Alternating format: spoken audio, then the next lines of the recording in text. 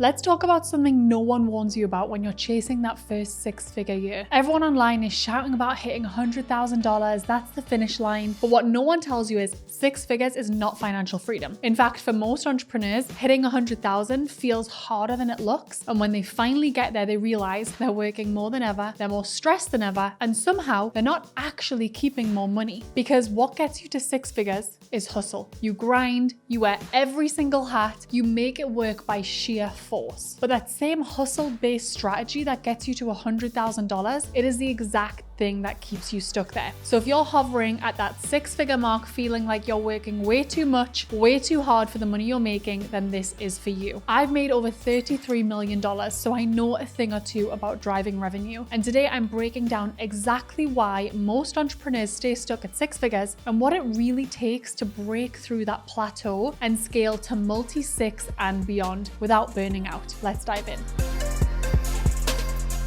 All right, so let's break down exactly why most entrepreneurs get stuck at six figures. Here's the hard truth. The strategies that got you to 100,000 in revenue, they're usually the same ones that start breaking the second you try to scale past it. So at six figures, most entrepreneurs are running a business that is 100% dependent on them. They are the marketer, they are the salesperson, they are the service provider, the project manager, the face of the brand, the operations manager. If they stop, the business stops. And let me tell you from experience, that's not necessarily a business. That is an expensive job. What starts to break down looks like this. You might be managing too many offers or products. Maybe you launched a new course, you're still running a one-on-one consulting, you've got a group program, maybe an affiliate thing on the side. And instead of one clear message driving your marketing, you are just so scattered. Your energy is diluted and so is your audience's attention. Now your content can start to feel all over the place because you don't even know which offer to talk about today. And then when marketing feels confusing, guess what? People don't buy.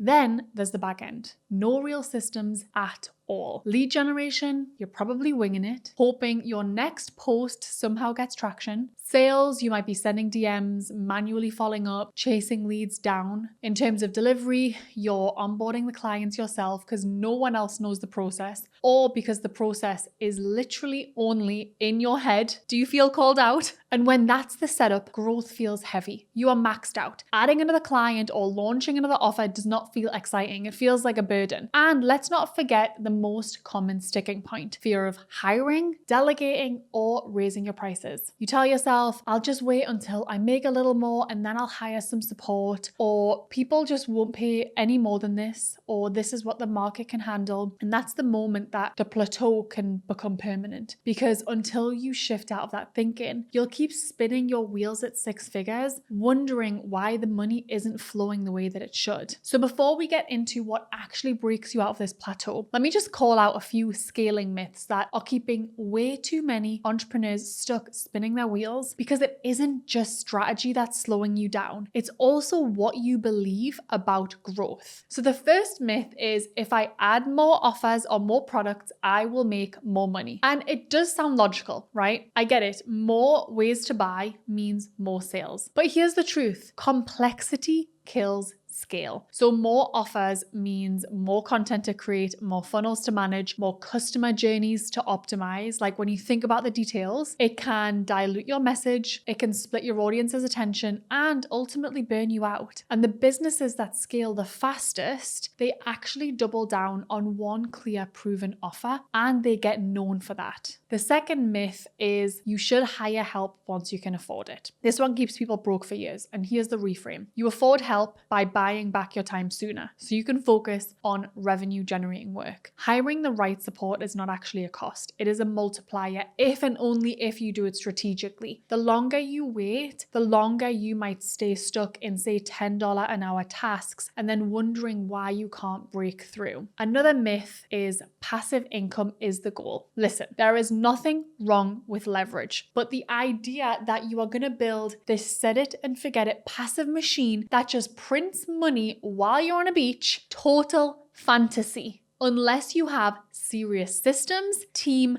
and traffic behind it. The truth is, most of what's marketed as passive is actually the hardest to scale profitably without a machine. And if you're chasing passive before you've built a solid scalable offer, you are setting yourself up for disappointment. So here is the shift. Scaling isn't about adding, it's about removing. Removing anything that does not move the needle. The businesses that grow cleanly, profitably, and sustainably, they are really ruthless about focus. They are really clear on what works, and they're not chasing vanity metrics. They are building machines. So how do you break through that six-figure plateau? Because the answer isn't more. It's not adding more offers, more marketing channels, or more hours. It's doing fewer things better. And I know it sounds simple, but this is where most entrepreneurs get it wrong, because they think that scaling means expanding, when in reality, the next level is all about refining. So let me just break it down. Step one, simplify. So at multi-six figures, the businesses that scale the fastest, they are the ones who have stripped it all back, most often to one core offer, one traffic source, and one sales system. And they run that over and over until it prints money. So that means getting radically honest about what your highest leverage offer really is. So which offer delivers the best results and creates the most profit with the least complexity. Because once you know that, everything else either supports that offer or it goes. Step two is automate. If you are still doing every single follow-up manually, if your onboarding process depends on you remembering to send a welcome email, if your client delivery feels heavy because there's no repeatable system, you've got to stop thinking like a solopreneur. Technology is your first hire. You should be building automations that can handle things like lead follow-up, nurture sequences, client onboarding, even recurring tasks like delivery tasks like sending reports or gathering feedback, because the real bottleneck at this level is not often your audience size, it's the operational drag that is slowing down every single sale. Then step three is delegate. You really shouldn't be carrying a $500,000 business on your back completely alone. You probably will burn out. And so I don't just mean outsourcing admin tasks, I mean hiring revenue driving support. So maybe that's a setter for your DMs, a closer for sales calls, a community manager who keeps clients engaged so you can stay focused on what grows the business. Maybe it is a virtual assistant who can just take some admin off your plate. The mindset shift is the team is what buys back your brain, so you can zoom out, think strategically, and operate like the CEO, not the assistant, the coach, and the virtual assistant, all rolled into one role, which likely you are feeling right now. Solopreneurship is a thing, but people are still outsourcing a lot of the admin things that are taking up space in their brain. Now, another part that people don't talk about enough is that scaling isn't just strategy, it is identity. And the reason that a lot of entrepreneurs can stay stuck at six figures is not always because they don't know what to do, but it can be because deep down they are still operating with that solopreneur mindset when they don't want to be a solopreneur anymore. So they might be thinking like the coach, the service provider, the content creator, not the CEO of a company. And here's the shift you have to make if you want to break through. Stop asking, how can I do more? Maybe start asking, how do I build a business that runs without me being in every single part of it? That difference really is huge. So solopreneurs might wake up every day and be wondering, what should I be posting? How could I get more clients or even the next sale? How do I fix this problem? And CEOs probably wake up thinking, who is solving this problem? What system ensures that this never happens again? Maybe how do I optimize what's already working at scale? And here's the uncomfortable part. Most of us say we want to scale a business, but our habits prove otherwise. So we might still be pricing like freelancers, terrified to raise rates because what if nobody buys at that increased rate?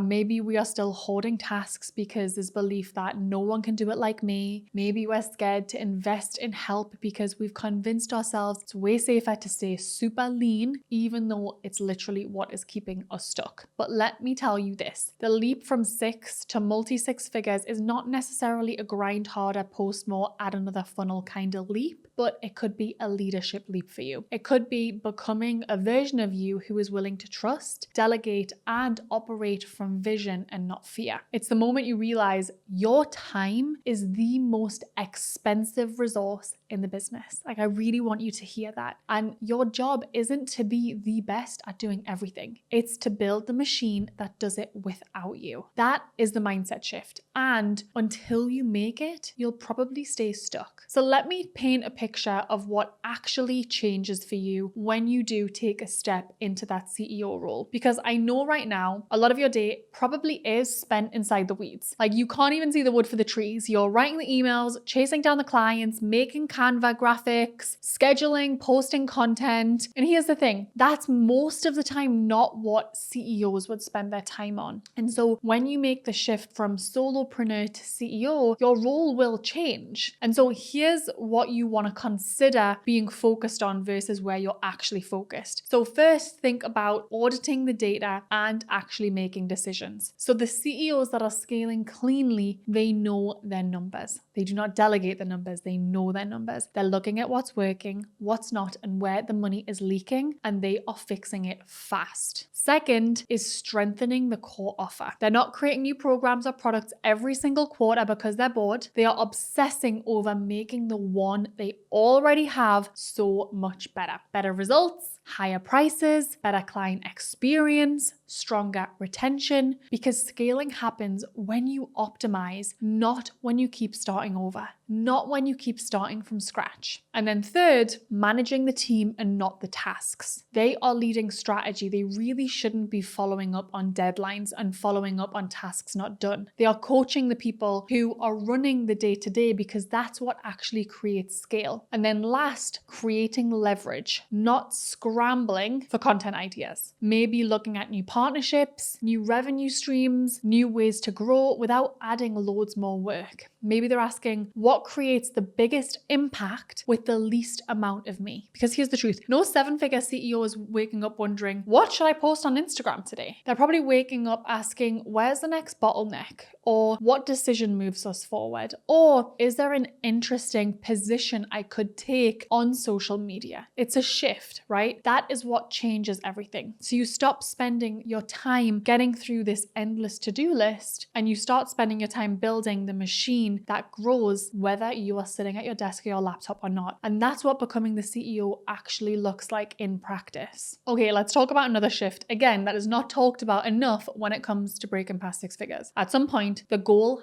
has to stop being grow revenue and start becoming grow profit. Because I see this trap all the time and it kills me. You hit 10,000, then 20,000 months, and your brain instantly says, cool, how do I double this? How can I hit 50,000 months? And so you're adding offers, you're cranking up ad spend, you are launching more, you're doing all the things. But what no one tells you is growth mode without profit mode is how you scale yourself straight into burnout. Revenue grows, expenses grow faster. And somehow you can end up feeling poorer at $300,000 in revenue than you did at $100,000 in revenue. And that is a truth that most people avoid. If your model isn't profitable at $100,000, scaling it probably won't fix the problem, but actually could make it worse. And that is why it's so important once you hit that first six figures, you do have to zoom out and stop chasing that top line growth and actually start asking, where might we be leaking margin? What is bloated or unnecessary? Or how do we make more from what we're already doing instead of just adding more? So you're shifting from how do I sell more to how do I run this tighter, cleaner, and more profitably? And trust me, you guys, that is a game changer. One of the best ways to do that is actually to model your revenue backwards from your profit goals. This is something that, multiple 8 figures later, I'm still doing. If you want to keep and take home $200,000 a year, what revenue number and margin gets you there? What offers, team structure, and systems support that without dragging you into complexity? Because the real flex isn't hitting $500,000 in revenue and keeping $50,000. It is running a $300,000 business that pays you like it's a $500,000 business because it's clean, it's optimized, and it's actually designed for profit. That's the shift that gets you out of this endless hamster wheel and into the kind of business that feels good to run. And digging deeper into this, the truth is most entrepreneurs don't stay stuck at six figures because they're not making enough. They stay stuck because they are not keeping enough. Because listen, hitting $100,000 a year sounds great until you realize that you're spending $80,000 to make it. Between team costs, ad spend, tools, subscriptions, random expenses that slowly bleed the business. And what no one talks about is that at this stage, and to be honest, at every stage, profit margins shrink really, really fast if you're not paying attention. I still have to pay so much attention to this because here's what's happening. You start outsourcing, which is great, but instead of optimizing delivery, maybe you're just throwing bodies at the problem. Maybe you're hiring people, but there's no clear KPIs or efficiency systems. So things are feeling like they get messier, not easier. Or you add software, but you never cancel anything. Been there, done that way too many times.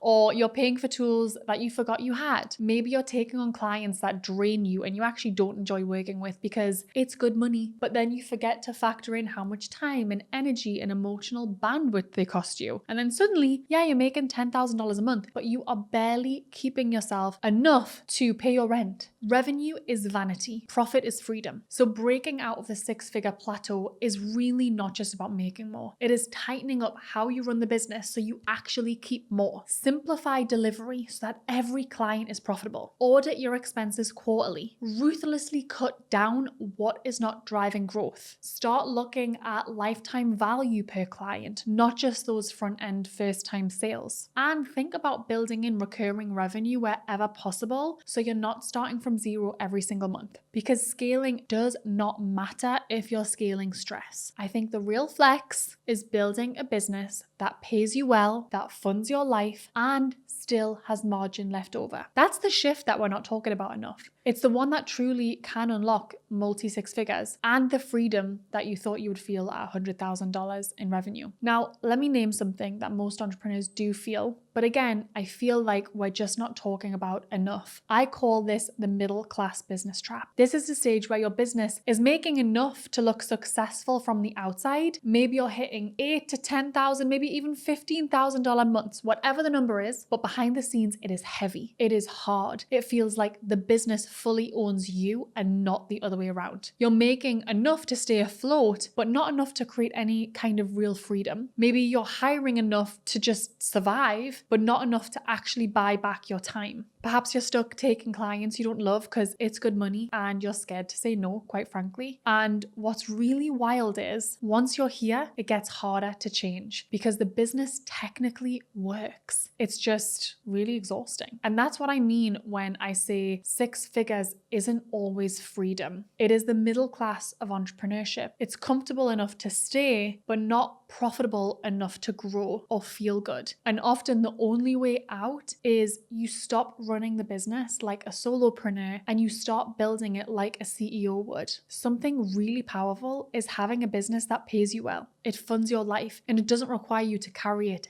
every single day. So if you're sitting at six figures right now, wondering why it still feels hard, wondering why you're working more, stressing more, and somehow keeping less, this is why. The strategy that got you here, it won't take you where you're trying to go. Breaking through is not about adding more offers, posting more content, or just working more hours. It is about simplifying, systemizing. It's about shifting out of solopreneur mode and finally leading like the CEO that you know your business actually needs. Because the truth is, real scale doesn't happen when you do more. It happens when you build the machine that works with or without you. That's how you'll stop spinning. That's how you'll stop leaking profit. And that's how you'll be able to build a business that just doesn't look good on paper, but it feels really, really good to run. And so your move now is audit where you're still playing operator instead of CEO. Make those hard decisions, simplify, and start building the business that creates freedom, not just revenue. I hope this was helpful. I'll see you in the next episode.